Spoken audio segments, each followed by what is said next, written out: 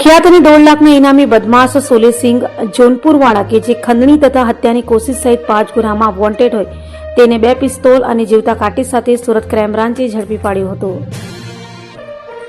Surat police commissioner Anupamsinh Gehlot અને અધિક police કમિશનરની સૂચનાને લઈ શહેર વિસ્તારમાં અનિચ્છનીય બનાવ ન બને અને કાયદો વ્યવસ્થાની સ્થિતિ જાળવી રાખવા અને ગુનેગાર પર વોચ રાખવા આપેલી સૂચનાને લઈ ક્રાઇમ બ્રાન્ચની વિવિધ ટીમો પેટ્રોલિંગમાં હતી ત્યારે એન્ટી ઓર્ગેનાઇઝડ સ્ક્વોડની ટીમે બાતમીના આધારે ખટોદરા ગોકુલનગરની બાજુમાંથી કુખ્યાત આરોપી એવા 1.5 લાખના ઇનામી તથા ખંડણી અને હત્યાની કોશિશના 5 ગુનામાં વોન્ટેડ સોલેસિંગ જોનપુરવાળાને 2 પિસ્તોલ અને જીવતા કાટી સાથે ઝડપી પાડી તેનો કબજો યુપી પોલીસને સોંપવાની તજવીજ હાથ ધરી હતી। અને ક્રાઇમ બ્રાન્ચની જે એન્ટી ઓર્ગેનાઇઝ સ્ક્વોડ છે એના પોલીસ ઇન્સ્પેક્ટર સબ ઇન્સ્પેક્ટરને એક ચોક્કસ બાતમી એ હકીકત આધારે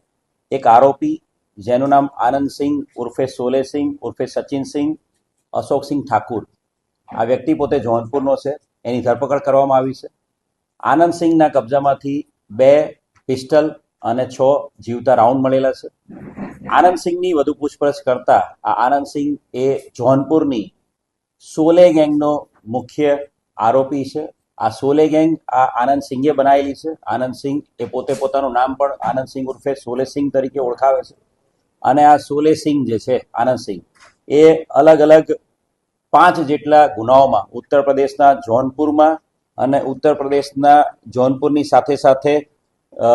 જે પ્રતાપગઢ છે એ પ્રતાપગઢ જિલ્લામાં પણ વોન્ટેડ છે। આ સોલેસિંહ છે એ ઉત્તર પ્રદેશના જોનપુર વિસ્તારનો સૌથી મોટો બાહુબલી બનવા માટેનો પ્રયત્ન છેલ્લા 10 વર્ષથી કરી રહ્યો છે અને એ અનુસંધાને એણે ઉત્તર પ્રદેશના જોનપુર અને પ્રતાપગઢ વિસ્તારમાં પોતાના અલગ અલગ માણસો ઊભા કરેલા છે અને આનંદસિંહે પોતાની સાથે વેપન રાખીને આખા જોનપુરના આખા પટ્ટામાં અલગ અલગ જે મોટા મોટા વેપારીઓ છે, બિલ્ડરો છે, મોટા જે પ્રતિષ્ઠિત વ્યક્તિઓ છે એને ટાર્ગેટ કરાવતો હતો અને એ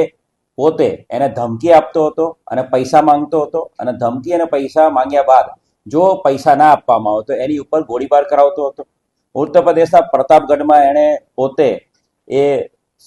જે એના મિત્ર છે નીતેશ તિવારી, એના ભાઈ પર જ્યારે હુમલો થયો હતો ત્યારે 2025માં એણે પોતે સોનુ ઉપાધ્યાયની ઉપર ફાયરિંગ કરાવ્યું હતું અને એની પર 3 રાઉન્ડ ફાયર કરેલા હતા। સાથે સાથે જોનપુર બદલાપુરમાં પણ સેન્ટ ઝેવિયર સ્કૂલના પ્રિન્સિપલ જોસેફ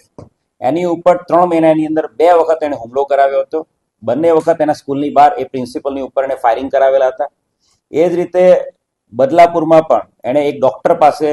પૈસાની માંગણી કરી હતી અને પૈસાની માંગણી બાબતે એને ડરાવવા માટે એના ડોક્ટર ઉપર પણ 5 રાઉન્ડ ફાયરિંગ કર્યું હતું। એની સાથે સાથે બક્સાની અંદર એક બેંક મેનેજર પાસે 2 લાખ રૂપિયાની માંગણી કરી હતી અને બેંક મેનેજર ઉપર પણ એણે ધમકી આપેલી હતી અને એને મારી નાખવાની, જાનથી મારી નાખવાની ધમકી આપી હતી। કુલ 5 જેટલા ગુનાઓમાં, જેમાંથી 4 અટેમ્પ્ટ ટુ મર્ડર છે અને 1 ધમકીનો ગુનો છે, એવા 5 જેટલા ગુનાઓમાં છેલ્લા લાંબા સમયથી આનંદસિંહ ઉર્ફે સોલેસિંહ, જે સોલે ગેંગનો મુખ્ય સૂત્રધાર છે, એ વોન્ટેડ હતો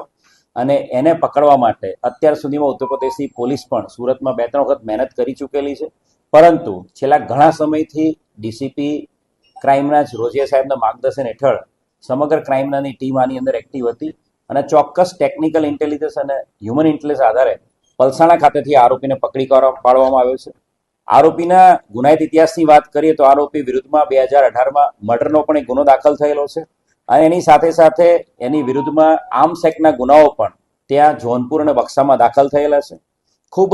મોટી સફળતા ઉત્તર પ્રદેશ જોનપુરના આ સોલે ગેંગના મુખ્ય સૂત્રધાર આનંદસિંહને પકડવામાં ક્રાઇમ બ્રાન્ચને મળી છે અને સુરત શહેરની અંદર કોઈ પણ પ્રકારના ક્રાઇમને અંજામ આપે એ પહેલા ચોક્કસ ઇન્ટેલિજન્સ અને ટેકનિકલ ઇન્ટેલિજન્સ આધારે